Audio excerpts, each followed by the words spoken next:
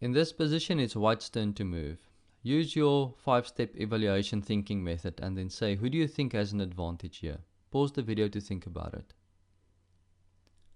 Okay, so here we have a typical and interesting situation where one side is down in material, white is down with a pawn, but he has compensation for it in terms of better piece development. We can see that specifically with regards to the rooks, if you compare them with the black rook stuck in the corner. And then also white has some advantage in terms of king safety. The white king seems perfectly safe, whereas the black king is a bit exposed and he can't castle anymore since he's already moved, which also means black is going to have a problem with his king safety for a while. Okay, so I'm going to suggest two moves in this position. The move knight to d5 or the move pawn to e5. Which one do you think is better? Pause the video to think about it.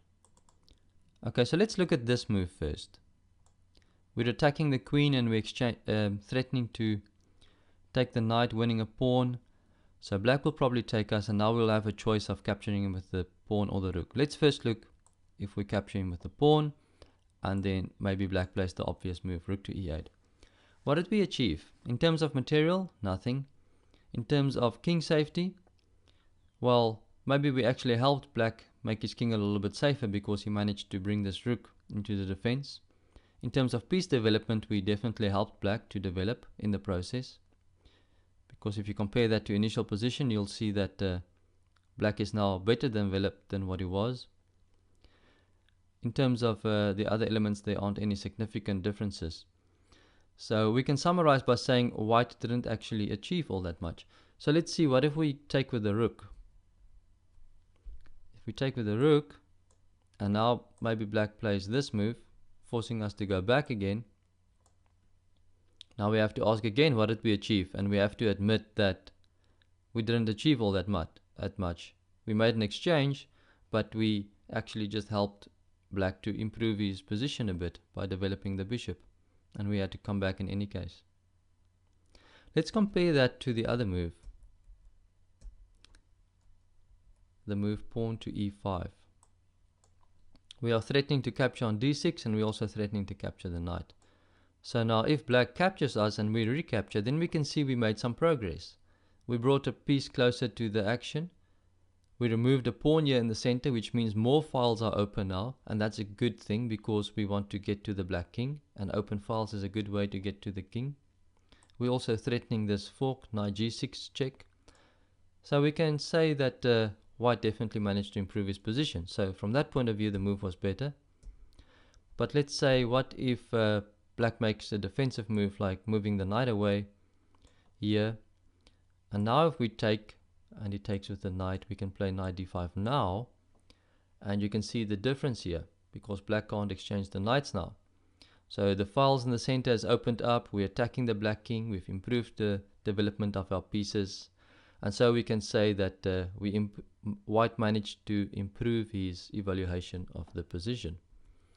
So in this initial position, you can see that even though this move looks very nice, and it's not a mistake by any means, this move is nicer, it's better, it's more principled. And the principle in this position is, if your opponent's king is unsafe, then you want to try and open up the center and try and open up files so that you can get to him to expose the opponent's king.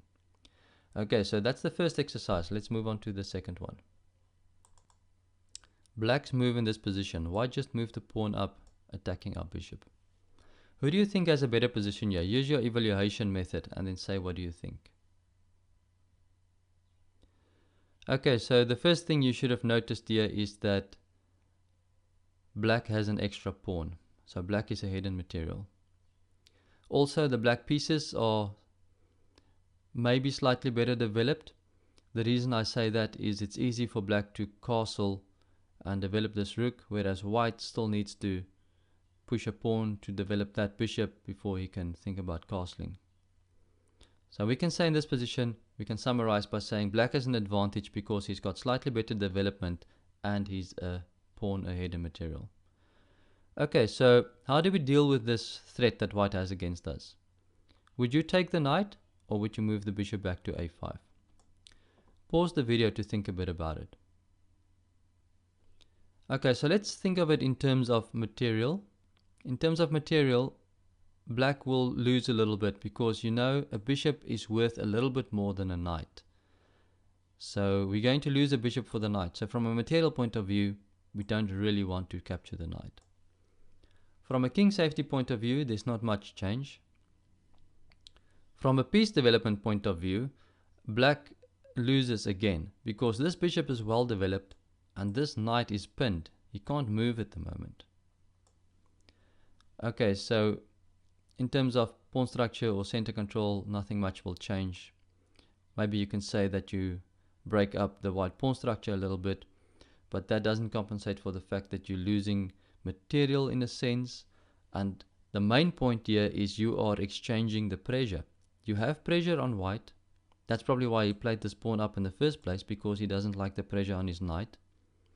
So you want to try to keep up this pressure as long as possible and keep your piece development advantage that the bishop has over the knight as long as possible. So from that point of view, this move makes more sense. Also notice that white can't really play that because of en passant. Okay, so that was the end of today's evaluation exercises. Then I'll see you again tomorrow. Cheers.